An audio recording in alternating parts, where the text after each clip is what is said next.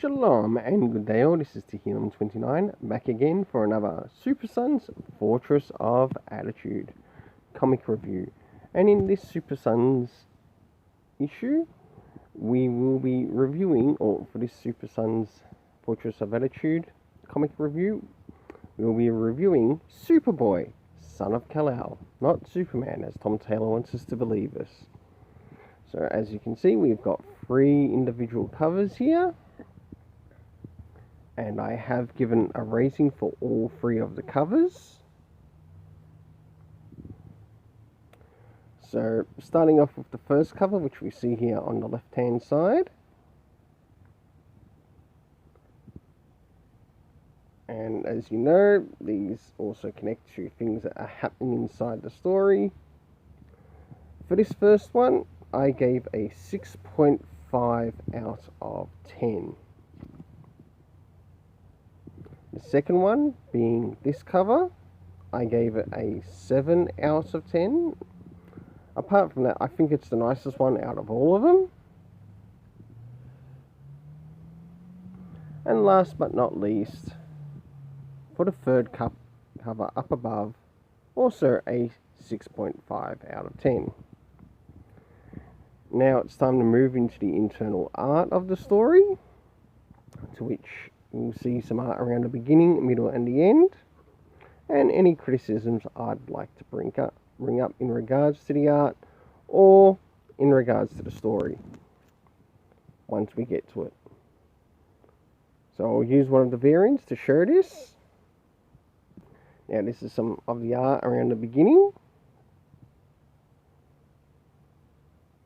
to which I must admit it was nicely done throughout the story. But it doesn't mean the story was top tier either. This is some of the art around the middle of the story.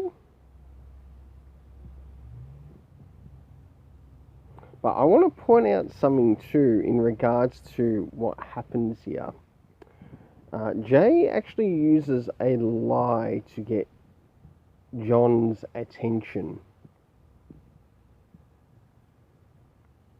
to say that he is in trouble. I think I might show that page.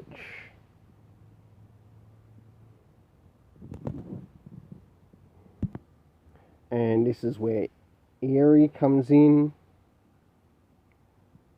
And this is where it sort of stands out. And he's saying to John, Jay sent me to find you, he's in trouble. And the thing is, when John goes to him, yeah, he's not in trouble. Again, this stirs up more controversy that makes Gesu, Jay Nakamura, look like a villain, not a hero. If he's got a lie to get John there, yeah, he's not much of a hero. And last but not least, some of the art around the pages towards the end.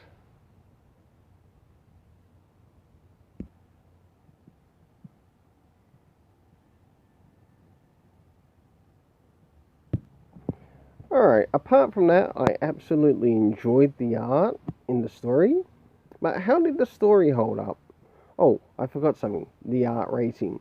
For the art, I gave a rating of 7 out of 10. Moving into the next thing, the story. As you personally know, that there are things I personally enjoy in my stories. And let's see how Tom, the one-trick pony Taylor, went in regards to the things that I personally enjoy in my storytelling.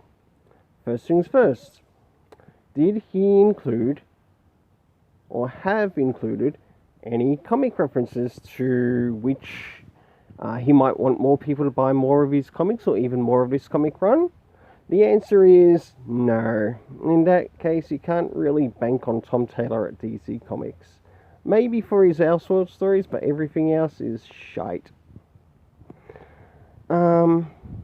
What about time? Do we get any indication of when these things take place in time of day?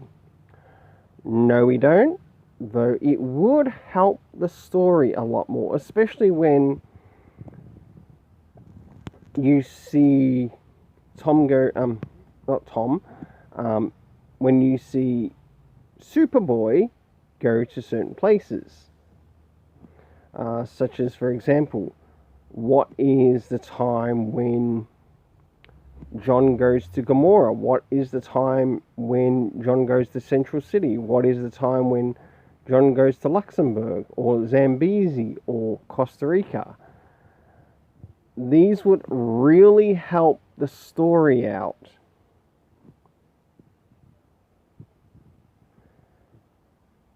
Moving in, right there, the locations that showed up in the story, and to which he did do a good job in pointing out those locations. The cast of characters consisting of Superboy, not Superman, Aerie, and last but not least, Jay Nakamura. There were some other people who did make their appearances, but they were more so extras. And for this, I gave the story rating a 5 out of 10. Well, we'll see you again at the Super Sun's Fortress of Attitude. And have yourself an awesome day.